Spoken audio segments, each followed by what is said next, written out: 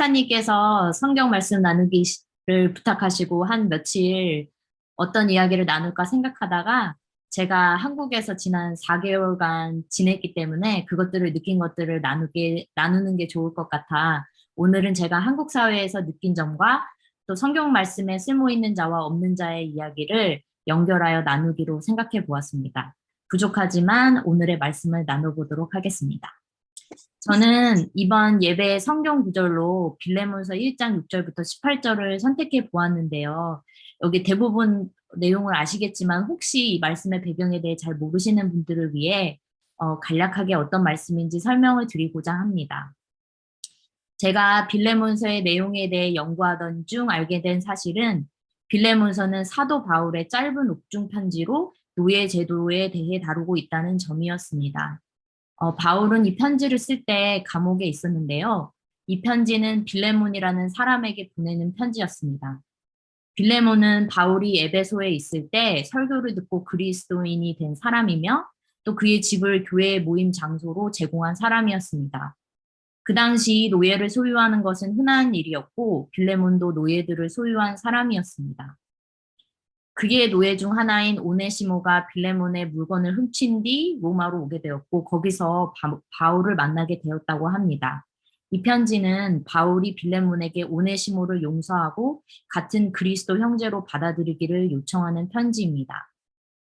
빌레몬서 1장 16절에서 이제부터는 그는 종으로서가 아니라 종 이상의 곧 사랑받는 형제로 그대의 곁에 있을 것입니다. 특히 그가 나에게 그러하다면 그대에게는 육신으로나 주님 안에서나 더욱 그러하지 않겠습니까? 라고 말씀하고 있습니다. 바울이 노예제도 자체를 비판하고 있지는 않지만 제 생각에는 이 글에 나타난 바와 같이 신분이 하찮고 쓸모없어 보이는 도망친 노예도 그리스도 안에서는 똑같은 형제로 대우해야 함을 말씀하고 있는 것 같습니다.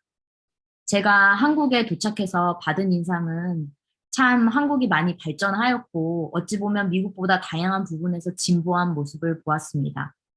예를 들어 제가 여행 중에 한국 휴게소에 갔을 때 로봇이 각 테이블에 음식을 배달하고 또 엄청 깨끗한 화장실과 또 여러 가지 자동화된 시스템을 보았습니다.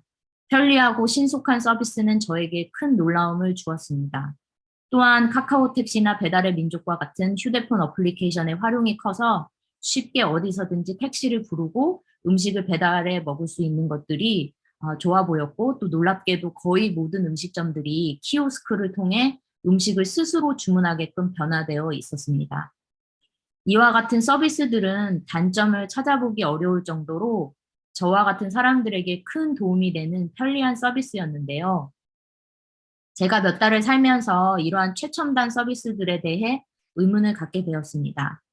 예를 들어 제가 카카오 택시를 타고 어딘가로 가고 있었는데요. 저희가 타고 있었는데도 길에서 애타게 손을 흔들며 저희 택시를 세워서 택시를 타려던 할머니의 모습을 보게 되었습니다. 그러고 보니 저희도 몇 번 길에서 택시를 잡으려고 시도한 적이 있었는데요.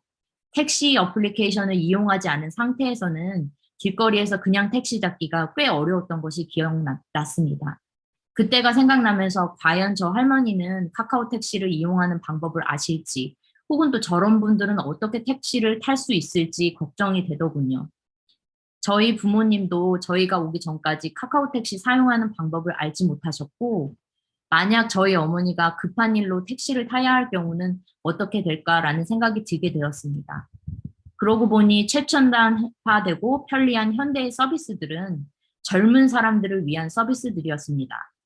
키오스크를 이용하기 어려운 노인분들은 그 전에 드시던 음식을 못 드시고 포기하신다는 이야기를 들었고, 과연 우리 사회는 어떠한 사람들을 최우선으로 여기고 누구를 위해 발전하고 있는가 의문이 들게 되었습니다. 한국에 있을 때 뉴스를 보던 중 전국 장애인 차별철폐연대의 지하철 시위에 관한 뉴스를 듣게 되었습니다.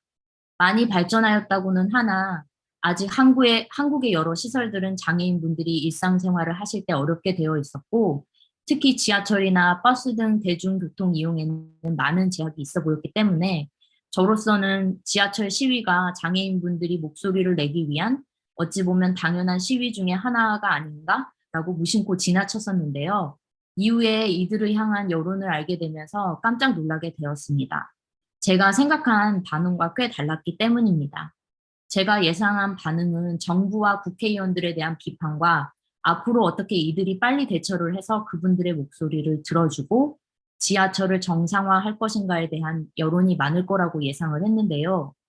꽤 많은 분들이 이들로 인하여 얼마나 경제적으로 손해를 받는지에 관한 여론이 꽤 많았고, 또 이들로 인하여 직장이나 사회에 얼마나 피해가 갔는지, 또 왜 하필이면 가장 바쁜 출근 시간에 시위를 해서 피해를 가게 하는지, 이들이 얼마나 이기적인지에 관한 이야기들이었습니다.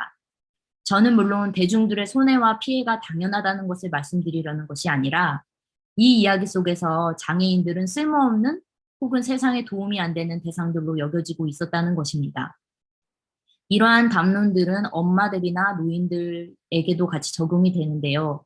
예를 들어 공부를 잘하고 교육에 관한 정보가 많은 엄마들로 이루어진 그룹이 존재하고, 또 그들의 그룹에 속하지 못한 엄마들은 자녀 교육의 정보조차 얻기가 어렵다는 말을 한국의 지인으로부터 듣기도 하였습니다. 혹은 노인들이 왜 출근 시간에 지하철을 타서 더 복잡하게 하는지에 관한 이야기들이었습니다. 이 이야기들 속에서 가난하거나 정보력이 부족한 사람들, 노인들, 장애인들은 상대적으로 경제적 가치가 없거나 쓸모가 없는 대상으로 여겨진다는 것이었습니다.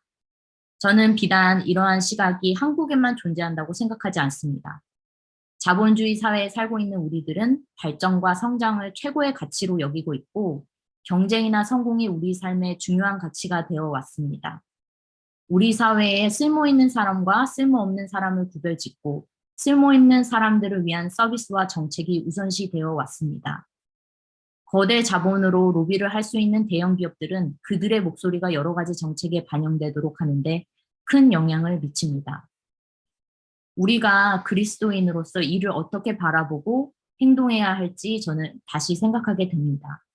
그리스도인으로서 우리는 모두 동등하며 우리 형제 자매들이 이 안에서 어떻게 우리와 함께 삶을 영위하도록 도울지 생각해보고 실천하는 것이 저는 중요하다는 생각이 들었습니다. 여기서 동등함이란 내 권리를 주장하기 위한 동등함이 아니라 차별적 계층적 사회에서 어떻게 우리가 소외된 사람들을 도와 그들의 권리를 동등하게 만들 것인지에 관한 동등함이라고 생각합니다. 출발선이 다른 곳에 서 있는 오네시모와 같은 사람들을 우리는 어떻게 대해야 할까요? 이번 말씀을 나누면서 저는 어떠한 정당이나 어떠한 사람들을 비판하려는 것이 아니라 우리 사회가 경제적 가치로서 사람들을 차별적으로 대하고 있는 것은 아닌지 생각해 보아야 한다는 것입니다. 내가 영유하고 있는 다양한 서비스나 사회 시설들이 혹시 어떤 특정한 사람들만을 위해 제공되고 있는 것은 아닌지, 새로운 시설이 생기고 아무리 좋은 서비스가 생기더라도 소외된 사람은 없는지 우리가 한 번쯤 돌아보고 연구해야 된다는 생각이 들었습니다. 여기까지가 저의 말씀 나누기인데요. 부족하지만 말씀 들어주셔서 감사합니다.